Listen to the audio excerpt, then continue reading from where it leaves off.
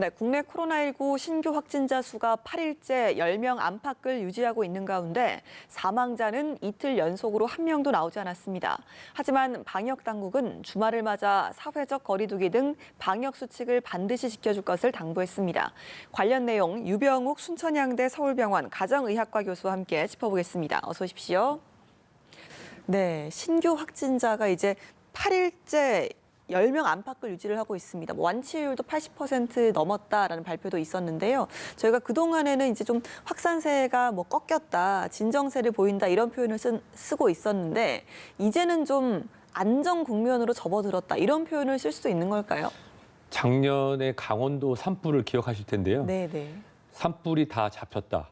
마지막 단계다 하고선 다시 확산되면서 걷잡을 수 없는 피해가 있었습니다. 예. 지금도 계속 바람이 많이 불고 건조하면서 산불에 대한 얘기를 하는데 이 코로나19 바이러스 감염에 있어서 우리 2월 달에 통계를 다시 돌아보게 되면은 대구 경북 지역에 폭발적인 증가가 나타나기 전 이틀 전까지 확진자가 한 명도 없었습니다. 네네. 0명 한 이후에 그렇죠. 갑자기 400, 600, 900 이렇게 올라갔었는데요.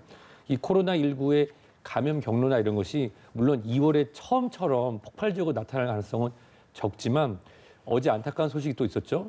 부산 지역의 10대의 일털난 행동이라든지 네네. 또는 특정 호텔에 문제가 있어서 폐쇄했다든지 예. 이런 문제가 계속 발생하고 있습니다. 하루에 50명 미만의 확진자, 경로를 알 수 없는 환자가 5% 미만. 그리고 가장 중요한 것이 그다음에 집단적으로 발병하는 사례가 없는 것이 2주 정도 지속돼야 할 텐데요. 많은 것이 만족스러운 것처럼 보이지만 집단 발병으로 인해서 호텔이 닫거나 또는 집단 동일 격리가 진행되는 것이 여전히 있기 때문에 예. 이 31번째, 31번째 슈퍼 전파에 관련돼서 대구 경북 지역에서 많은 그런 희생도 있지 않았습니까?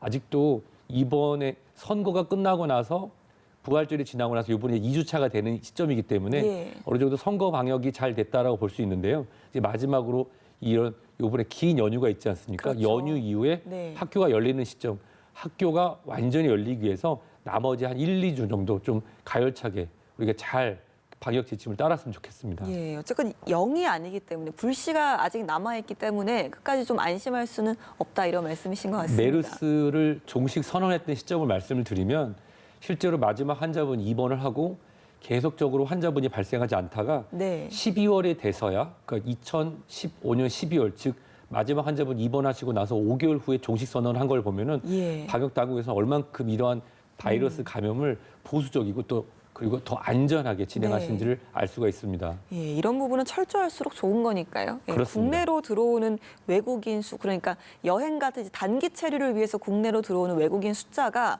61% 감소를 했다고 합니다. 이제 무비자로 입국하는 걸 좀 정지를 하다 보니까 이런 부분에서 확실히 좀 효과를 봤다 이렇게 이해할 수 있는 걸까요? 우선 이 부분은 이제 두 가지로 나눠 생각되는데요. 락다운이라고 하는 국경 봉쇄냐, 네. 아니면 우리나라처럼 선별적으로 서서히 문을 닫으면서 교민분들도 들어오고 네, 또 네. 경제활동적인 부분이나 외교적인 측면을 고려했느냐를 알 수가 있습니다. 근데 이걸 이제 잘 모르시는 분은 일찍 봉쇄하지 않았냐라는 얘기를 하지만 네. 바이러스의 감염 특성상 이미 대한민국을 포함한 모든 나라가 글로벌 원월드이기 때문에 한국까지 발생했으면 이미 전 세계로 퍼져 있다고 봅니다. 그 이후로 이제 선별적으로 점차 닫고 지금 이제 무비자, 무사증으로 들어오는 격, 즉 꼭 필요한 사람들은 대한민국의 경제인들도 나가고 예. 꼭 필요한 경우에는 들어오는 것들을 놔두고 그냥 단순한 방문이나 여행을 자제시키는 것만으로 보면은 효과적이라고 보이고요. 네. 이런 부분은 또 반대로 서서히 어떻게 열어야 되느냐. 그렇죠. 어떻게 보면 경제활동이라든지 꼭 필요한 방문, 뭐 이런 교육이라든지 이런 국가 간의 교류 등을 점차 열어주는데 또 인간의 자유인 이동의 자유를 우리가 지금 제한하고 있지 않습니까? 이런 여행적인 부분을 전 국가적인 공조를 어떻게 풀지가 또 다른 숙제가 될 수도 있을 것 같습니다. 알겠습니다. 정부가 이제 이 생활 속 거리두기 집단 방역 세부 지침 초안을 발표를 했습니다. 일각에서는 이제 뭐 무작위 표본 검사나 항체 검사가 포함되지 않은 것에 대한 우려가 좀 있었는데요. 이 항체 검사가 생활 방역 전환 판단하는 기준으로는 좀 적합하지 않다 이런 의견도 있는데 이게 어떻게 이해할 수 있는 걸까요? 우선 이 코로나19 바이러스를 아직도 우리는 잘 모릅니다. 네네. 예를 들어서 인플루엔자, 계절성 독감에 걸린 사람은 그에 다시 또 걸릴 수 있습니다. 그렇죠. 왜냐하면 그 바이러스의 종류가 다양하기 때문입니다. DNA 바이러스인 경우에도 그럴 수 있거든요. 근데 이제 홍역 같은 경우는 홍역은 걸린 사람이 다시 걸릴 가능성이 굉장히 낮습니다. 그 이유는 한 번 걸려서 중화항체, 즉 특정한 바이러스를 이겨내는 그런 항체가 있는 것이 확실되고 99% 이상은 다시 걸리지 않는다라고 하는 오랜 기간의 연구와 또 그러한 실제적인 실험 결과가 있잖아요. 근데 코로나19 같은 경우는 현재까지 여러 나라에서 나온 연구 결과도 부딪히고 있고 네. 우리나라도 중화항체를 갖고 있는데 다시 재활성되는 경우도 있고 또 한 번도 감염되지 않은 사람한테도 항체가 나오기 때문에 이런 혈액 검사로서 코로나19 바이러스에 걸렸던 사람, 근데 이 사람이 안전한가? 이거를 판단하기는 아직 어렵다라고 말씀드리는 겁니다. 네. 즉 홍역처럼 오랜 시간 동안 홍역에 한번 걸렸던 사람은 다시 걸리지 않겠구나. 그러니까 안심해도 됩니다. 물론 홍역 걸렸던 분 중에서 또 걸린 분들도 드물게 있거든요. 하지만 코로나19에 현재 감염돼서 바이러스가 나오는 코로 하는 검사로 하는 그 확진 검사랑 달리 바이러스가 감염된 이후에 2, 3, 4주 후에 혈액 검사 등으로 항체가 있는 걸 확인하는 검사로 이 사람은 다시 코로나19에 걸리지 않는다라고 얘기하기는 어렵기 때문에 네. 그 기준만 가지고 생활 방역 이제 안심하거나 조금 긴장을 늦춰도 됩니다라고 말하긴 어렵다라는 그런 연구 결과와 현재까지 우리나라 정부의 입장입니다. 예, 그래도 이 공동체가 기준으로 본 이제 집단 방역 기본 지침 이게 이제 시설별로 세부 지침 초안이 나왔는데 여기에 대한 내용은 좀 어떻게 보셨습니까? 우선 일단 기본적인 내용입니다. 상식적이고 고강도 사회적 거리두기에서 좀 떨어지는데요. 네. 예전에 아파도 참고 내가 출근해서 뉴스 해야지 이런 마음으로 그렇죠. 나오셨잖아요. 예. 이제 아프면 직장도 개인도 본인과 모두를 위해서 3, 4일 정도 쉬자. 굉장히 상식적이지만 열심히 살았던 대한민국 사회에서는 상식적이지만 지키기 어려웠던 부분이 있죠. 그리고 예를 들어서 식사를 한다거나 할 때 왠지 혼자 먹으면 외로워 보이지만 이제 어느 정도는 혼자 먹거나 네. 거리를 두고 식사를 하는 것도 생활 속에서 이제 받아들일 수 있는 것으로 지날 걸로 생각됩니다. 그리고 이제 단체 생활을 하는 데 있어서 예전에는 이제 막 필요 없이 모인 경우, 요즘을 동창회 한번 할까 할 때 꼭 나가야 될까 하지만 그래 다 나가는데 나가야지. 이제 그런 부분들이 약간씩 생활 속에서 방역으로 전환이 되는 예. 그런 중간적인 코로나19 이전과 이후의 사회는 절대로 같을 수가 없습니다. 그렇죠. 2002년 9.11 사태 이전 이후의 사회는 신자본주의와 그다음에 여러 가지 그런 경제적 제재, 굉장히 많은 변화가 갖고 온 것처럼 코로나19는 대한민국 사회뿐만 아니라 예전에는 그냥 당연히 여겼던 뭐 마스크 안 쓰면 어때? 손 안 씻으면 어때? 하지만 병원 갈 때는 항상 마스크를 쓰고 그리고 우리를 응대하신 불특정 다수에서 다중이용시설에 일하시는 분들이 왜 저 사람은 마스크를 쓰지?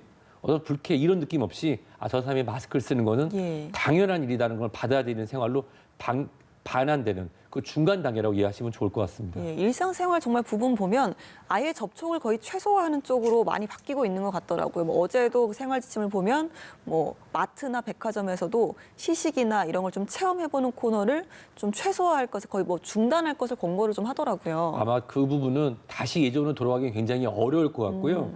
그 대표적인 사례가 예전에는 이제 식당에 가면 물티슈 대신에 네. 두루마리 휴지가 올려져 있던 시절이 맞아요. 있었습니다. 예. 그거에 대해서 아무도 뭐라고 안 했는데 요즘은 자연스럽게 들어오면 사장님 물티슈 주세요라고 그렇죠. 많이들 말씀하시잖아요. 예. 시간이 지나면서 개인 위생과 방역이 생활화가 돼서 녹아가는 과정입니다. 아마도 이런 새로운 그런 마케팅 기법들이 새로 나오지 않을까 그런 생각을 해봅니다. 예, 정말 많은 부분에서 좀 일상에서의 변화가 좀 찾아오지 않을까라는 생각이 드는데 글쎄요, 종교 생활에서는 좀 어떤 변화가 찾아올지 참 궁금합니다. 일단 내일부터 이제 좀 어느 정도 종교 집회라든지 좀 재개가 될 것으로 보이는데요. 다음 주에는 또 부처님 오신 날도 기다리고 있기 때문에 이런 부분은 좀 최소화 사회적 어느 거리두기가 좀 많이 지켜져야 될 텐데 아직 우려가 좀 크더라고요. 이 부분에 대해서는 이제 종교 단체마다 여러 가지 해법을 내고 있죠. 네. 대형 교회가 아닌 경우에는 온라인 예배나 또는 이제 선별적으로 미리 예배당에 들어오실 분들을 접수를 받아서 네. 사회적 거리두기라든지 또 들어오시는 분들이 그 방역 지침에 따라서 전화번호, 이름 등을 다 적어서 충분히 연결고리를 찾을 수 있는 범위로 진행하게 되는 거죠.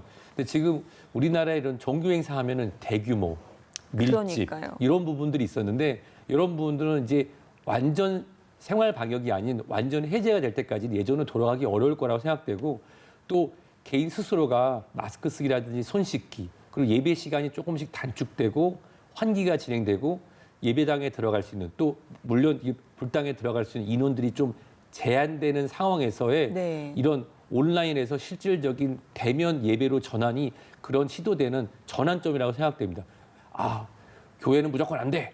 집단 행사는 왜 그렇게 하는 거야? 하지만 이미 카페라든지 식당이라든지 유흥시설에서 그렇죠. 많이 모여있기 예. 때문에 특정 종교 집단이나 종교 행사를 나쁘게 보거나 낙인 찍게 하는 것은 옳지 않습니다. 다만 네. 종교 집단, 불교나 천주교회나 개신교회나 다른 종교 집단에서도 사회적 거리두기와 기본적인 방침에 대해서 종교 활동을 이어갈 수 있는 기반적이잖아요. 예배당의 크기를 계산해서 한 번에 예배될 수 있는 인원을 정해놓고 신청을 받고 온라인과 실질적인 예배당에 참여하는 이러한 종교 행사가 진행되는 중간 단계가 되고 나중에 완전히 완화가 된 이후에도 이런 환기와 개인 방역이 복합되는 그런 곳으로 해서 식당과 이분 카페나 이미 많은 분들이 차 있거든요. 예. 그래서 종교 행사라고 해서 왜냐하면 우리가 신천지로 대표되는 종교 행사 때문에 그런 트라우마가 있지만 그렇죠. 같은 생활 방역을 지켜가는 집단 그냥 행사로 받아들여주시면 좋겠다고 말씀드리고 싶습니다. 알겠습니다. 종교 활동에도 어느 정도 좀 많은 주의가 좀 필요하지 않을까라는 생각이 듭니다. 이제 다음 주에는 이제 황금 연휴를 좀 앞두고 있습니다. 좀 선거를 치르면서 어느 정도 뭐 방역에 있어서 많이 좀 일상화된 부분이 있지만 그래도 여행이라든지 또 장거리 이동을 계획하시는 분들이 많기 때문에 정말 마지막까지 최선을 좀 다해서 방역에 주의를 기울여 주셔야 할 것 같습니다. 좀 어떤 방역 수칙이 있을까요? 여행이라든지 뭐 이동 중에. 우선은 뭐 이미 예약을 하셨거나 이동 예약돼 있으신 분이라고 하면은 네. 사회적 거리두기 등의 피로감 등을 해소하기 위해서 가시는 걸 막을 수는 없습니다만은 아직 예약이 되지 않았거나 이동 예약이 없는 분들은 가능하시면 본인이 계신 지역 사이 내를 벗어나지 않으셨으면 좋겠습니다. 네. 예를 들어서 천안 아선 지역의 생활 운동시설 우리가 줌바로 대표가 됐었죠.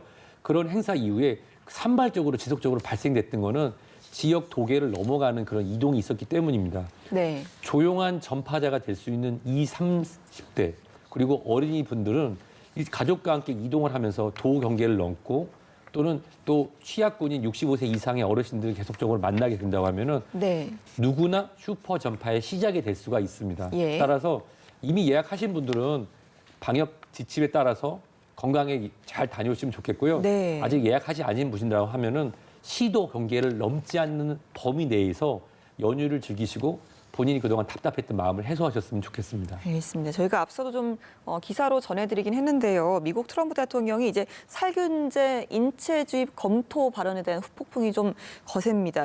영국 일간 가디언이 이제 얼마 전에 한 표백제 업자가 백악관에 표백제를 좀 치료할 수 있다라고 좀 주장하는 서한을 보냈다라는 보도도 나왔거든요. 이게 의학적인 지식으로 봤을 때 가능한 이야기일까요? 네, 뭐 이미 다 시청자 여러분도 알고 계실 텐데요. 전혀 말이 되지 않는 얘기죠. 그런데 문제는 뭐냐면 우리가 동물 구충제가 네. 특정한 질병에 도움이 된다라고 하는 의료진이나 사회적 통념상으로도 괜찮지 않다라고 얘기해도 시도하시거나 그걸 믿는 분들이 있습니다. 네, 네. 그것처럼 한나라의 정치 지도자가 나와서 이런 말을 했을 때 행여나 한 분이라도 따라할까 봐. 그러니까요. 그렇기 때문에 그거에 대해서 미국 질병관리본부 CDC도 공식 서한과 그걸 배포해서 자료를 내고 있지 않습니까?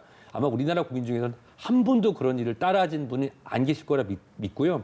그거에 대한 비료한 아주 최근에 일을 하면은 우리 가습기 세정제로 지금도 고통받는 분들이 많습니다. 실질적으로 표백제 세정제는 흡입하거나 인체로 주입해서는 절대로 되지 않고요. 네. 우리가 선크림이라고 해서 자외선 차단제를 바르는 일은 미량의 자외선도 차단하는 것이 노화뿐만 아니라 여러 가지 질환을 예방하기 위한 것인데 인공적으로 자외선을 쐬는 것은 피부뿐만 아니라 인체의 세포에 돌이킬 수 없는 예, 예. 문제를 일으킬 수 있으니까 이번에 그 뉴스는 그냥 못 들으셨다고 생각하는 게 가장 좋습니다. 네, 정말 좀 관련해서 허위 정보라든지 좀 가짜 뉴스들이 정말 많은데요. 경각심을 좀 가져야겠습니다. 오늘 말씀 여기까지 듣겠습니다. 유병욱 순천향대 서울병원 가정의학과 교수와 함께했습니다. 고맙습니다.